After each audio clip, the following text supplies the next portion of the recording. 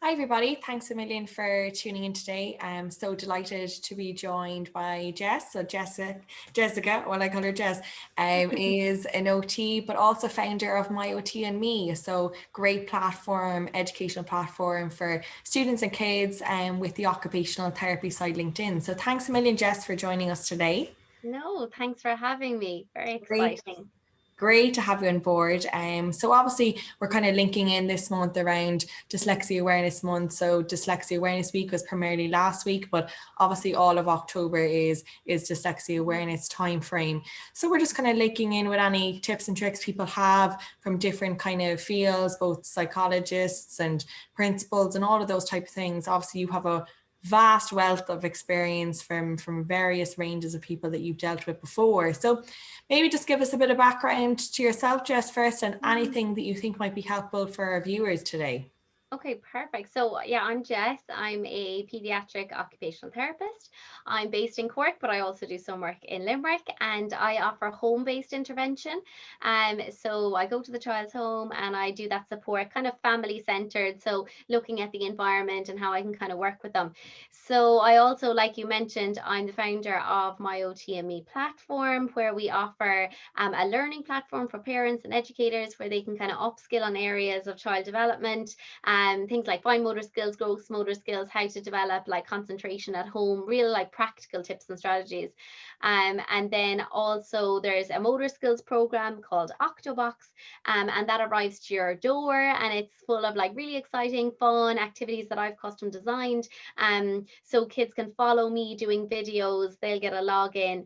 So it's kind of like a teletherapy model almost, but Yeah, it works on tons of skills in a really fun play-based way. So that's Octobox, and My OT University is the learning platform. So I great. kind of do a So good. mixture, yeah, of like the Yeah. clinical work in people's homes and also online. And I think traditionally, occupational therapists wouldn't always be linked to children that have dyslexia or adults that have dyslexia, because it's more kind of educational model sometimes when they look at it. But obviously, as me and you chatted when you came on my platform as well, there is a big crossover, and sometimes those kind of functional skills that aren't discussed as much, like the organizational skills and some of those visual perceptual skills, that can be tricky for kids. And also that kids can have dual difficulties. They may also have dyspraxia, or they may also have dysgraphia, which is very common as well. So it's really nice to have that crossover with an occupational therapist who can look at how that child or that adult actually functions in everyday life, like how they access employment or manage their timetable for college, or all those kind of practical skills. So It's yeah, so that's a little bit great, of background. like obviously providing that at both an online platform, because obviously as the changes re-emerge now with Mm. the new elements of COVID, it's great. Obviously you do provide that one-to-one additional help, which is fabulous for people, but also for that to be maybe not as accessible at the moment. Definitely that online option is there from Jess's perspective. So great. Couldn't recommend it more. Really thought I knew a bit more about that space, but then I started watching your videos. I was like, I don't know any of these things. So it's so great even for like teachers, and not Mm. even specifically for parents, just to learn more different tricks. Where you're on about the pincer grip and writing and all of those elements, which very much tie over with dyslexia and learning differences. Mm. Yeah, and like that handwriting and letter formations are the basis for literacy development, and how like visual motor skills like copying shapes actually has a huge impact on children being able to like copy things from the board and all those other skills that can come up. So yeah, I think it's great to link in. I think sometimes things are seen in isolation, and maybe parents or educators access one person, where it's nice to have that um I suppose, multidisciplinary support. But that doesn't always have to be face-to-face intervention. Yeah. That could be doing my learning platform and doing Octobox at home and linking in with you, or it could be linking in with a psychologist and doing Octobox. Or so Yeah. it can be a mixture of supports. It doesn't have to be face-to-face intervention all the Completely. time. And like that's definitely the main aim. I mean, like there isn't one size fits all. There really is like a combination of strategies really is the best approach. Obviously they need to be kind of worked in from a timetable and a financial model perspective, but Mhm. ideally, where possible, kind of a combination of bits from an OT and bits from a tuition perspective. Really a well-rounded approach really gives you then the best assets and skills for a Mhm. student or for a parent wanting to provide that for a child. Yeah, exactly. Like we were saying, it's, I suppose the ultimate focus for parents is to have eventually an adult who can function within, society and contribute in their own way, and, I suppose be able to reach their potential. And I suppose that's the basis for what OTs do. And then from, matching it in with that kind of home tuition and tutor perspective, it really gives that kind of holistic view to how a child copes within the educational system, but also how they cope kind of in the community and society in general. So there's that nice crossover for sure. Yeah, and I suppose obviously linking in with kind of awareness month, Jess, and just general tips doesn't have to really be specifically tied to dyslexia, even though lots of tips will work for people that are dyslexic or not dyslexic.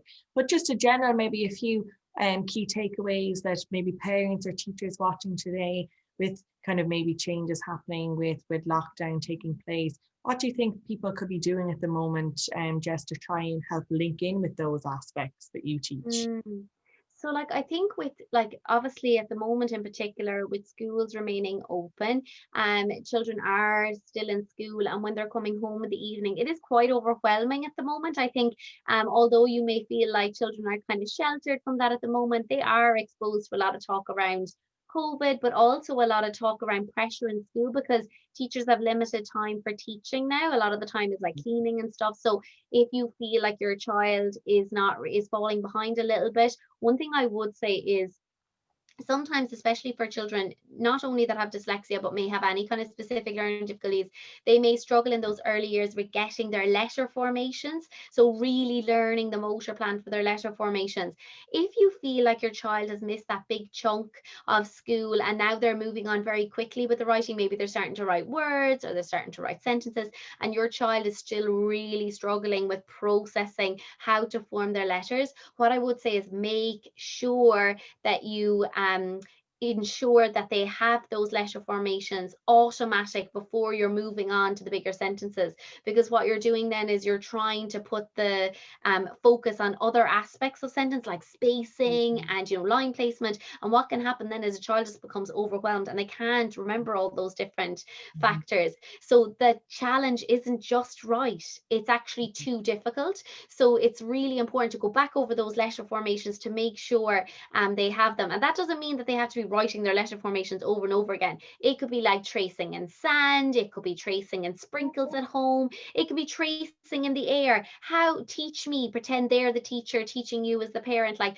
how do I do the letter A? So if a child actually can say, you start with a C, you go up, down, and you kick, then they know their motor plan. If you trace it on their back, can they guess that's B or that's C? That means that they have that visual representation of the letter. Whereas if you say to them, trace the letter O or trace the letter G in the sky, and they're doing it from the bottom and they're confused and they're getting it mixed up, they don't know their letter formation. So what I would do then is I would really kind of work on that aspect before you expect them to be able to do it within the line and write it within a sentence. And that is like one tip I would say is really, really important around the letter formations, and you can do it in a fun way. I go through how I teach the letter formations in a different way on my OT University, but I think for parents, just go with what teachers have explained, but make sure that those skills are really consolidated. So that's one thing I would say, because there's been a huge, a lot of kids have missed out on junior infants, a big aspect of that. And, now they're in senior infants and maybe they're struggling a little bit with writing and stuff. The other thing I would say that's really important is before kids do homework, they have just left a huge period in lockdown of they could get up and move around if they wanted. They had a lot more exercise. So a lot of kids are finding it really hard to transition back to school where they have to sit still for so long. If your child is entitled to movement breaks in school, make sure that they are getting them at the moment. And there is no reason why they shouldn't be facilitated in school in a safe way. So that's one thing I would follow up on if you feel like your child is much more tired in the evening or they're not able to concentrate. And then I would do a little bit of exercise before they do their homework. So like whether it's jumping on a trampoline or whether it's cycling their bike or walking the dog or playing outside. So that little bit of exercise is so helpful to get us in that just right space for learning and doing a little bit of work. So they're Completely. like a few tips, yeah, for kind of those primary school age group, I suppose. Definitely that movement around so vital and so vital for all of us, even as a Yeah. parent or a teacher. they're sitting down. Lots of people are sitting down, as we know, we're both sitting in front of a computer. There's Mm. lots of stationary positions happening, more so now than probably ever before. So really that ongoing movement around really, really helps. And something that we both advocate for quite a lot is just that physical health aspect, because again, linking in overall to your mental health then as Yeah. well. And And so, definitely for, yeah, like you were saying there, really important actually, because I've kind of given a few strategies for that younger age group, yeah. for the older age group as well, that are doing a lot of learning at home, especially college. Mhm. It's been a very kind of, some are going into some lectures, some aren't. Like, just be really, really strict with kind of planning out, get a big wall planner and plan out, when is my next project and when is my next paper. And because what can happen sometimes is, I think when you start in college, you do it like you did in secondary. I'll get that done and then I'll start the next one. Whereas unfortunately with college, it can be, I'll get that started and then I need to start the next one as well, because maybe your next paper is going to take longer. So it's to really kind of make a list and actually start immediately, even if it's just doing an hour every evening of research or whatever it is. But I think sometimes it can be hard when you're doing a lot more self-directed learning at home, especially for some of those college students that have, organizational skill difficulties. It can be so overwhelming for sure. Yeah, and I suppose with all of that move now, with the online, because there's so many that obviously work with university grads as well. So there's so many of them that just have all online. They're not anywhere remotely in the college or university anymore. It's all kind of through online classes and then online assignments and online exams. So it's very sitting down and sitting in front of a computer, very little moving around, but then very, very self-directed. Like, it was obviously massively self-directed before, but now there's no accountability. Like, you don't have to ever actually meet anybody now from college, if particularly if they're in the later years, if they're nearly finishing or if they're in their third year. So it is very much kind of that learning path of how you adapt and alter your learning strategies now for more online. And what's so interesting, Jess, as you mentioned, just going back to your first bit about letter formation. So a common thing I always get, because I had bits with myself, is B's and D's, right? For dyslexic people, it just seemed to, don't know, did some poster go around when everybody's in school or something, that everybody says, oh, maybe the B's and D's, or letters that look alike. I get so many parents consistently asking me, oh, B's and D's, so definitely like they must be dyslexic. Is, from your experience, is there a correlation? Obviously the letters look somewhat similar, and do you have any tips as to how you can probably overcome that? So like, yeah, so the B's and D's, I think maybe where that probably stemmed from is B's and D's and P's and Q's. Yeah.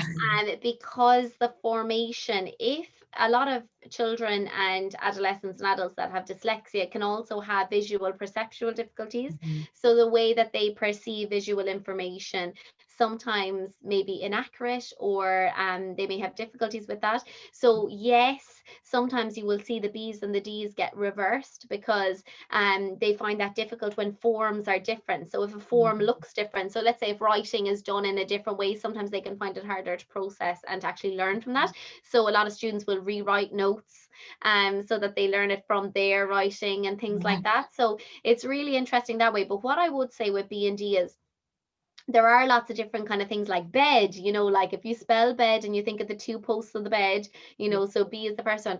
Whereas I would prefer if the child has a really, really clear idea of how the letter is formed. So B always starts from the top, because I call it a bounce letter. It's like a bouncy ball. So you hold the ball up here and you bounce it off the ground and it comes back up. So when you do B, you start at the top, you bounce down, you bounce up, and you give it a belly. So it goes forward. Whereas when you do D, it starts with a C. So you start with a C and then it goes up and then it goes down. So if you have your C formation correct, you should never get D wrong. Where it goes wrong sometimes is that B and D are started both from the bottom or both from the top. So then for a child, it's incredibly difficult if you don't have very good visual memory of how that letter looks. So then what can happen is they come down and then they're like, oh, I'll just go either way. It's really hard. And then you're not going to really be thinking bed, oh, B, oh, yeah, B is first, so B goes this way. It really slows down the process. So I think if they get the letter formation right initially, it can really help. And the same with P and Q. P is a bounce letter, so it starts at the top, it bounces down, up, and around, it goes forward. But Q starts with a C. goes around, down, and kick. So if they get, all you really have to get the child to learn is C, the formation for C. And if they don't reverse C, then you can go on from that. Yes, if children persist with a letter reversal, sometimes it is an indicator that there may be something going on for them, whether it's a motor planning difficulty or whether it is actually a specific learning difficulty, because a lot of children that have dyspraxia or DCD may also struggle with their letter formation. So you do need to make sure that it isn't just streamlined, oh, well, they definitely have, dyslexia because they're finding that hard, that there's a lot of complexity within that and within writing in general. So you just want to make sure, because it is hard that if there's 30 children in the class and the teacher is teaching a letter formation, you can't exactly observe every child. So it is down to the parents to know the letter formations and to make sure that when you do see your child doing it, to try and correct them at the beginning. Because I feel that if there potentially is an underlying difficulty with motor planning, unfortunately, continuous errors actually don't help. It just solidifies that motor plan for that letter. So you do want to do that errorless learning, that you correct them at the beginning so that they don't actually form that motor plan incorrectly. So valuable, Jess, really, really important. Like, and as you mentioned, that early intervention from all stages, that early correction, but early correction also in let's say the correct format. So it's not early correction and coming up with your own way, let's say, of doing the letter, knowing that way kind of isn't working. It's early correction with coming up with, let's say, a strategy that's been trialed and tested and used, let's say, on your platform or used by other OTs, as to that actually works, that actually succinct with your brain. And so vital about the B's and D's, and obviously not making that initial assumption, so many coming on, oh, has to be this or has to be that. Again, following up with that process, it might not be dyslexia, might not be that strange that you think it is. Again, trying to iron out what are the possibilities with that. Could be just a developmental stage, and could it be something that could be worked on, through Jess's program or through that, or is it something that needs to be addressed further? But so interesting, as you said, how to form letters. I wish I was taught that when I was in school. And also the thing is that oftentimes it isn't those kind of like traditional kind of things that you hear myths around dyslexia. It's often when you see a child who has a huge discrepancy in their profile, and that's what we would often look for, is why is there a huge gap? So whether that's to do with motor skills, like a child is actually doing very well academically, but they can't actually form letters because they can't hold a pencil, or they can't kick a ball, or they can't climb, or whether it's to do with educational, a child is extremely good at numeracy or very good at their reading but is really struggling with the spelling. So when there's those huge discrepancies, you are thinking, could there be a specific area of difficulty here? And that's really important, is sometimes it's not that it affects every area of life. Actually, it can affect very specific areas, and that's why it's really important to get then a professional who will actually look at the bigger picture. And whether it is just ruling out things, that can be the thing as well, is that parents will initially go to an OT and potentially rule out that it's dyspraxia, and then they may say, right, maybe I will go to an educational psychologist now, maybe it's actually more around the kind of visual, perceptual, academic kind of skills. Yeah, definitely going through that process is really vital, and kind of trialing the avenues, really, because you don't really know what to put your finger on first. And obviously from, let's say, a parent perspective, that can be quite daunting, but definitely very worthwhile journey. If there's a child or student struggling, that early intervention, really, as the main theme really of the whole topic, is so vital. The earlier kind of they can come to that crossroads of putting in stuff to help the child move forward, the better their overall well-being and progression in school will help. And even like you were saying there, around kind of like different, strategies and early intervention and things that you can do. If a parent sees that their child gets kind of confused with, let's say, like finding things in a busy background. So if they're looking in a drawer, probably every child, but like can't find something, or can't find something on the board to copy it down, really struggling with taking down their homework, or finds it really hard to match things that are similar, or all those kind of like visual, the way they perceive things, or maybe they bump into things a lot or find it really difficult to have personal space. It can be really nice even to work on those visual perceptual skills. They're really good for everyone. So like dot to dots, like spot the difference, crosswords, there's some lovely games on Thinking Toys, smart games, that are around like motor planning and perceptual, or like Qubits is a really good game for like older kids, or There's also Square Up is a great game, you know, for parents that are thinking, oh, I'd love to get like a few games, let's say like for Christmas or something like that, that maybe we could like do as a family, you know. They are really, really nice games. They work on several different skills, and they are always very helpful for children who have any kind of specific learning difficulties, because they're more around those kind of cognitive processes. So and anything visual, as you said, so great, because they spend so much time in school looking at either numbers or words.